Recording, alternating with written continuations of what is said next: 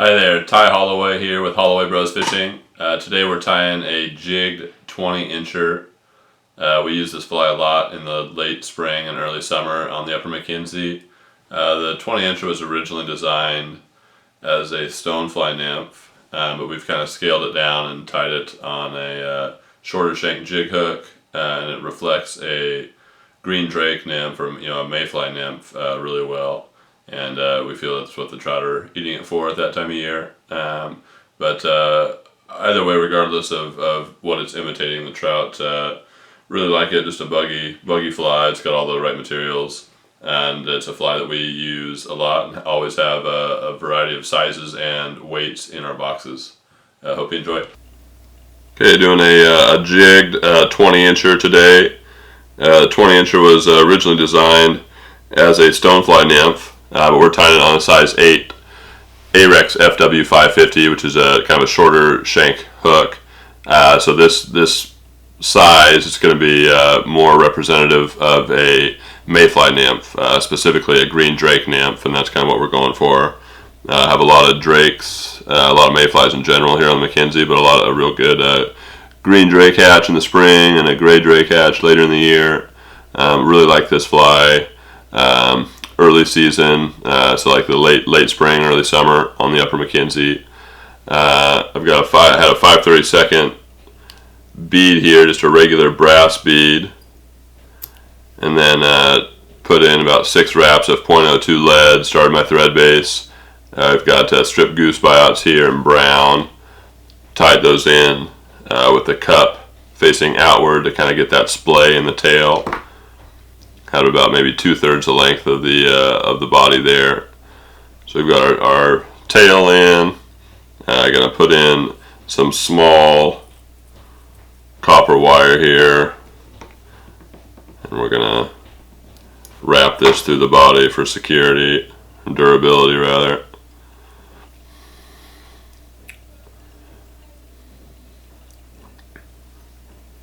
So I found that like the 4 or 5 wraps of the .02 is very similar weight to as if you were to use a tungsten bead. But in this fly, I kind of like having the wraps in there of lead just to add a little bit of bulk to the body. Mayfly drake nymphs, green drake nymphs in particular, real kind of it's a bulky nymph. A real meal, so we want the fly to represent that, a little more bulk in the fly. And take our peacock curl for our body, tie that in back here.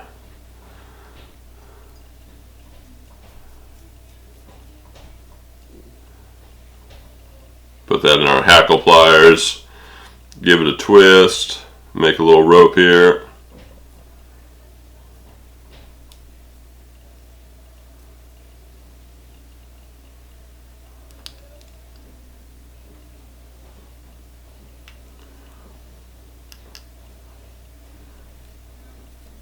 Wrapping this forward, we're going to bring this a little further forward on the body than where we actually want it to end on the fly. Right there, kind of just shy of the bead.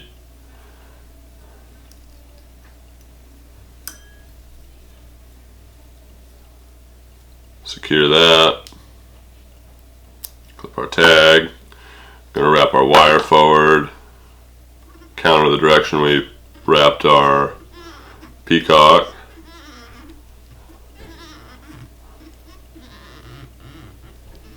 About 5 turns through there. Tie that off. Okay, now we're going to bring our thread back just a little ways into this peacock.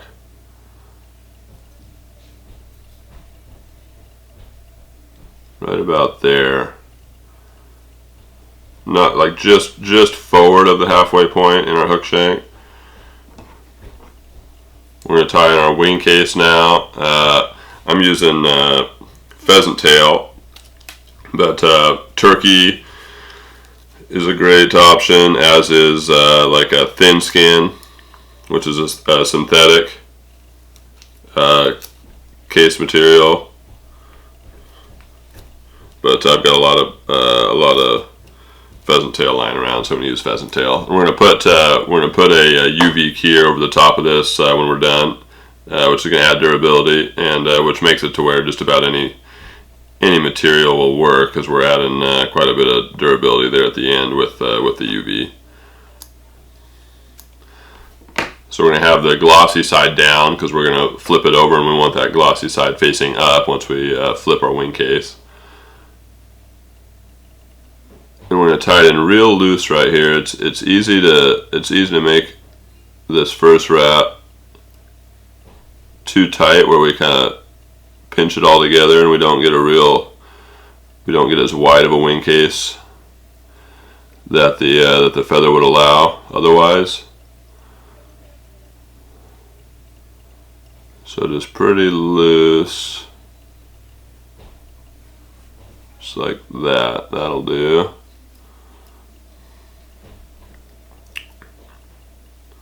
Okay, now we're going to tie our legs. We're going to use a Hungarian partridge feather here. I'm going to strip away the downy bottom part of the feather, leaving us just with a nice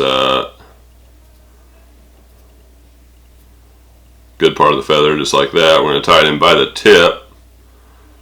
So I'm pulling away, I'm pulling back rather. You'll see the finished product here in a sec.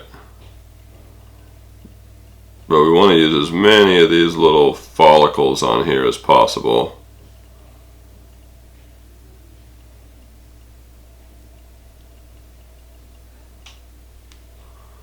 Much like you were preparing a partridge feather for a soft hackle, but we're going to use it differently.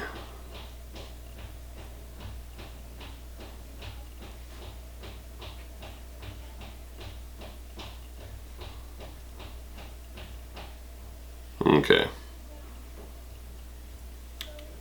this one's being a bit of a pain. Where'd you go? In the trash bin. Hold on. There we go.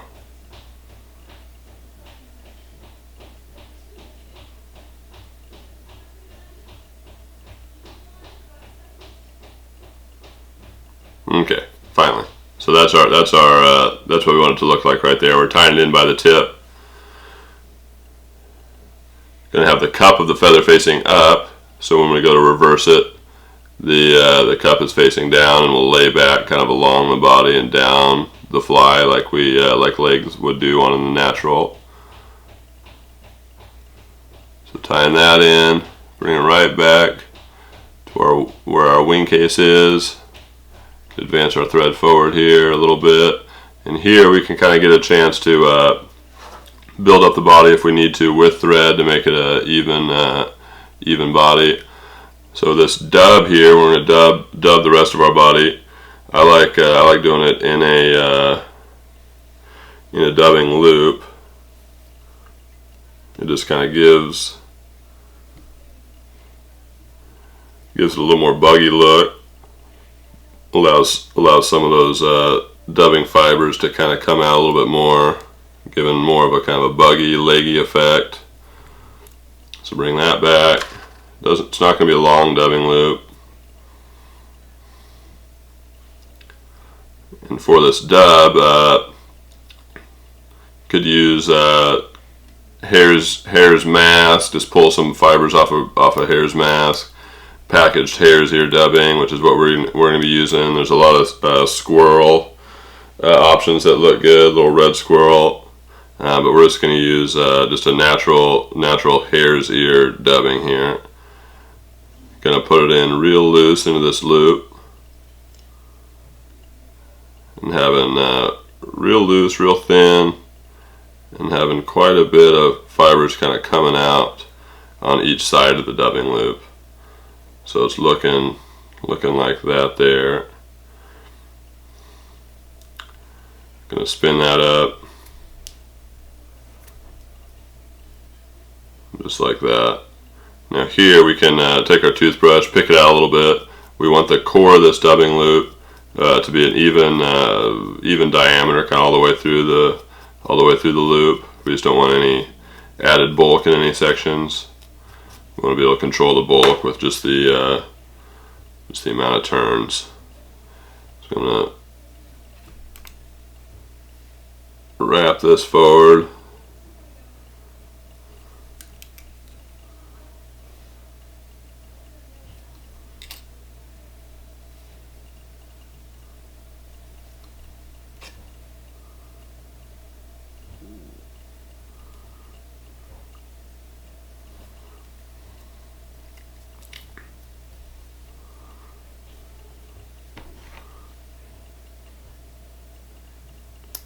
That there. Didn't make it quite long enough, so I'm just going to do a little bit of dub here on the thread just to finish, just to fill in the gap.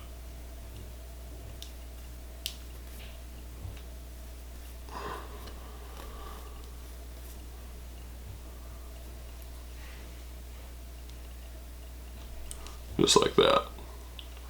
Perfect.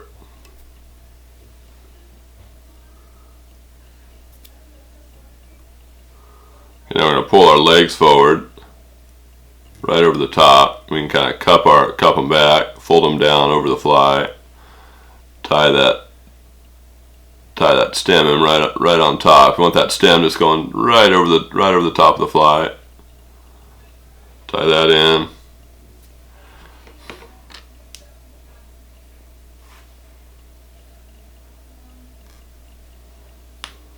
If there's any unruly ones, you can clip them out right now. We clip the stem of the partridge feather. We want that cut real close so it doesn't puncture our wing case here when we fold our wing case back over. We're going to bring our wing case back over.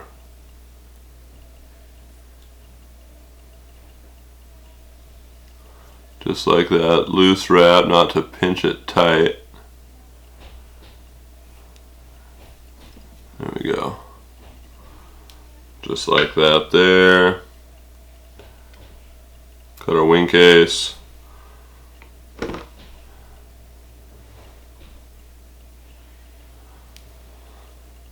That's our. Okay, so I applied some Sally Hansen hard as nails, just as our cement, but I'm going to take some Solar Res. This is the medium viscosity UV resin. This is my favorite. These are my favorite UV resins, the Solar Res. Just dries real hard and easy to work with, and all the above. So we're going to put just like a little glob on there. So we can take our bodkin.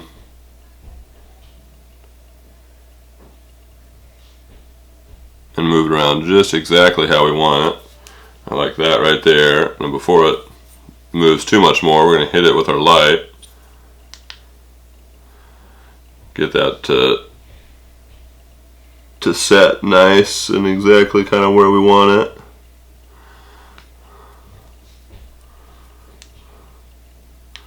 Now this medium, that medium Solar Res that I just used, it dries actually real hard. But it's not quite as clear. And this is the same company as Solar Res, called the Bone Dry. It's their thinnest. We're going to put the thin right over the top of the medium we just had there, and that's going to get a real hard, clear finished end product there. Hit that with our light.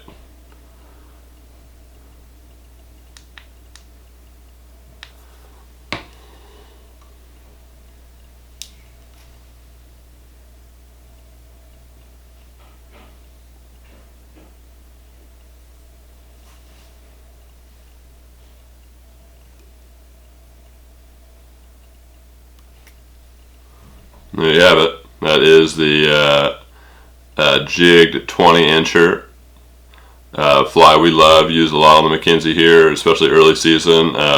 Great green drake nymph, inside in larger sizes.